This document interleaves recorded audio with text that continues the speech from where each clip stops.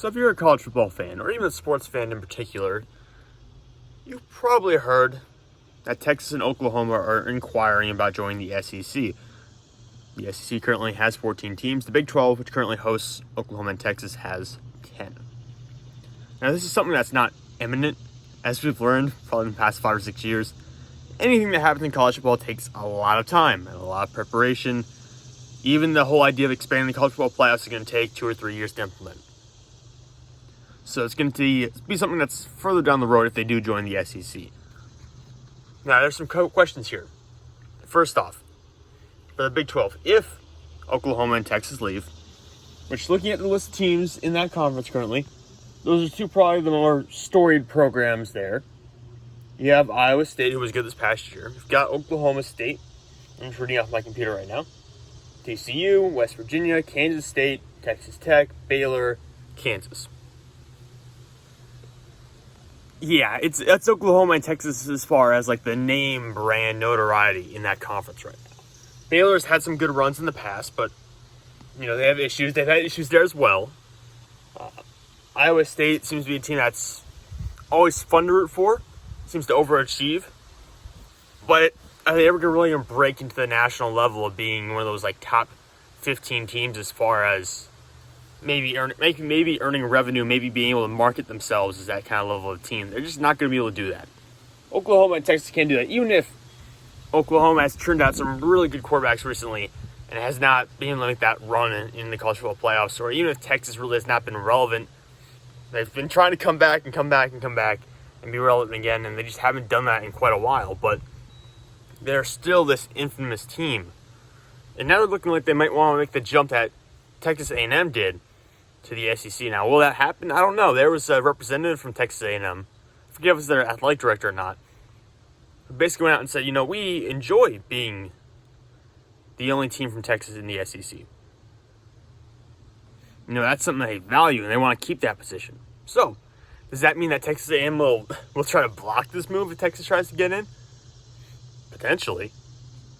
And A&M's going to be a very good team this year. A&M's going to hold a lot of sway this year as far as how well they play. They are very talented. More talented than Texas. So it'll be interesting to see in this process anywhere if Texas A&M and Texas end up clashing here over the potential of the Longhorns to join the SEC. I could see a situation, well, no, I really can't because you have to keep the teams even, but I was going to say, there might be a scenario in which it's just Oklahoma, but that really doesn't fit because you will need to probably expand the SEC to an even number of teams instead of just going to an odd number. So you'll need two. The criticism of the Big 12 usually is that they have good offenses. Defense is not a specialty. They don't have very good defenses. The SEC has a lot of well-rounded teams. Think about LSU. Not this past year necessarily, but during the Joe Burrow year. All the talent they had on defense and offense. Think about Alabama every year. Even think about Florida and what Florida has at the defensive back level usually, and the linebacker level this year.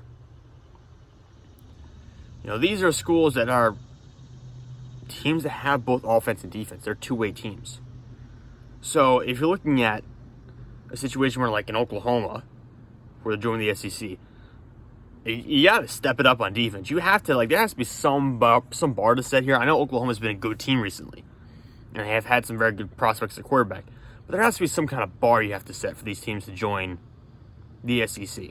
Now, granted, not all the SEC teams are competitive, so I guess you could say Oklahoma and Texas are probably better than some teams currently in the SEC. But at the same time, you have to just consider that these are programs that are not necessarily built to do it on both ends of the football right now. They're coming from an interesting conference that has taken a lot of heat recently in the Big 12. It's underachieved. And that probably won't exist if they leave. And that's the other quick key question is, does the Big 12 continue to exist if Texas and Oklahoma leave? And if they don't, where do all the other teams go? Where do all the other schools go? Because it's not like Oklahoma and Texas are the only good teams there. Like I said, Iowa State continues to overachieve and have some good seasons. Cyclones are always fun to root for. TCU's in there. TCU's had some good seasons in the past. Baylor, as I already mentioned. Texas Tech can produce some talent every now and then. So you have to consider what happens to those teams. Where does that conference go? I mean, is it the Big 12 without Oklahoma in Texas, and they do have Oklahoma State in there. Oklahoma State's not a good one. But you take out Oklahoma, you take out Texas, it's no longer a Power 5 conference. It just isn't. It doesn't meet that threshold anymore. So where do you go from there? I would assume that it breaks up. There's some kind of realignment. I know some people are throwing out the idea because the ACC is not particularly deep, even though I think the ACC is much better than the Big 12. But people throw out the idea of what happens if they somehow join or somehow incorporate some schools in the ACC and all this. I'm not going to get into it. I'm not going to pretend I understand the politics that are going on behind the scenes and all kind of stuff. But I guess the key takeaway is this is probably 2 or 3 years away. This is not going to happen this year. It's probably not going to happen next year. So you got some time to plan it out if you're the Big 12. But really, it's going to come down to, will the SEC accept Oklahoma and Texas, both of them, or just one? Will the Big 12 survive this whole thing? It feels almost inevitable that these two teams will leave. If they're looking to get out of the Big 12, they're going to get out. It's inevitable. But what legal action will the Big 12 take if that's possible? There'll be legal consequences for this whole thing going on. It's going to be very interesting to see how this all plays out, especially with the backdrop of the NCAA kind of becoming more decentralized, at least when it comes to college football, with athletes starting to be able to make money off their names, off their own likeness and all that stuff. It will be very interesting to see how much power is transferred to the schools and conferences here away from the NCAA as this whole process continues. So there's a lot of things to take into account here, things that will be playing out in the background and things that we won't even see or probably hear about for quite a while. But I'm interested in seeing how it all plays out and just looking at the standings in the SEC from the past year, looking at the teams towards the bottom, Tennessee, Vanderbilt, Arkansas, Mississippi will probably bounce back eventually, Missouri. These are teams that, I wouldn't, Kentucky as well. These are teams that, in South Carolina too, these are teams that I would not consider like perennial powerhouse. They are in the SEC though. So you got to consider, is Oklahoma better than most of the teams I just named? I think so. Is Texas better than most of the teams I just named? Probably better than the majority of them. So there's a pathway for them joining the SEC. It's just a question of, does the SEC want to expand to 16 teams? I mean, is that something they really want to do? They want to get that big?